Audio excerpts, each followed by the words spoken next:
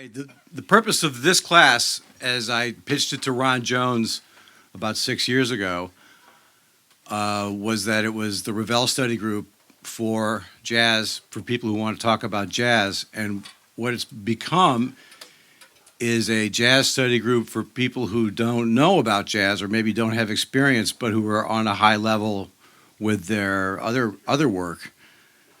So I can sort of get people to think about jazz in a way that isn't what most people think of it as it is, which is this really complicated, so almost unapproachable, difficult theoretical exercise, which requires years and years of study, which it does, but it doesn't require that to get right into the actual harmony and the spirit of the music.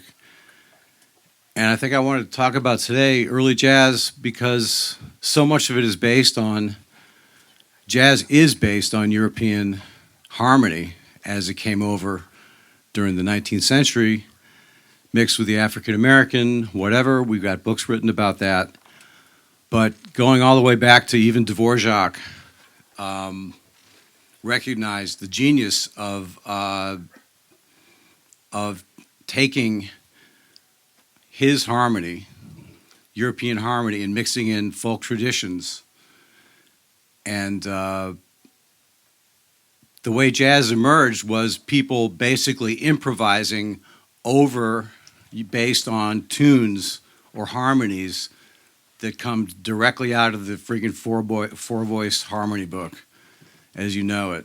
The harmony of not just W.C. Handy and Scott Joplin, but also of John Philip Sousa, and going back to even older songs, but particularly songs from the early 1900s, 1915, things like that, when song form became very established. But we always had this European sound in our head, which is based on chromatic movement.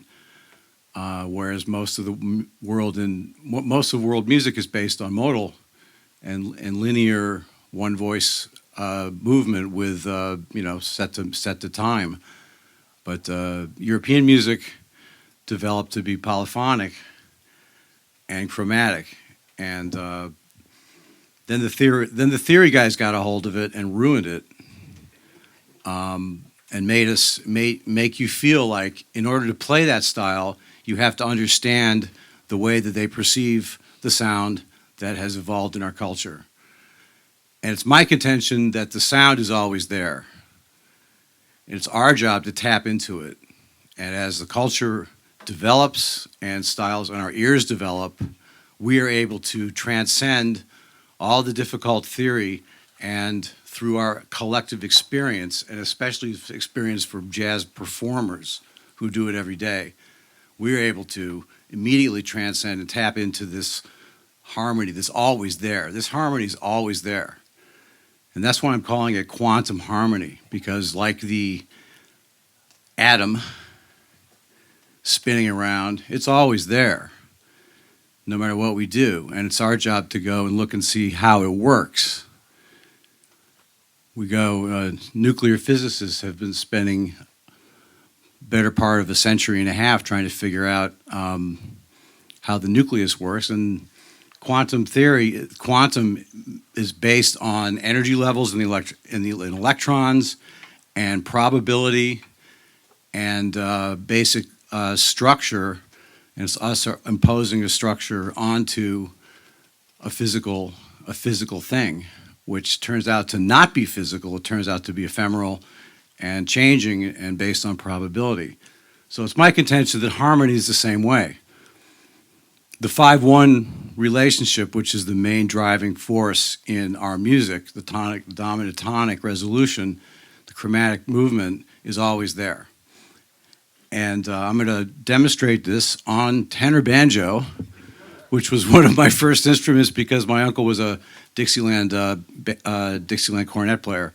And when he wasn't selling Oldsmobiles in Cleveland, he had an antique fire engine, which he used to drive around Shaker Heights and torment his neighbors. And he had a Dixieland band, which he used to play parties on the weekends. And he was a real traditional jazz enthusiast, and he knew all the Jelly Roll Morton stuff, all the Louis Armstrong stuff, but he also knew all the cornball stuff based on the old tunes, a couple of which I'm going to show you right now.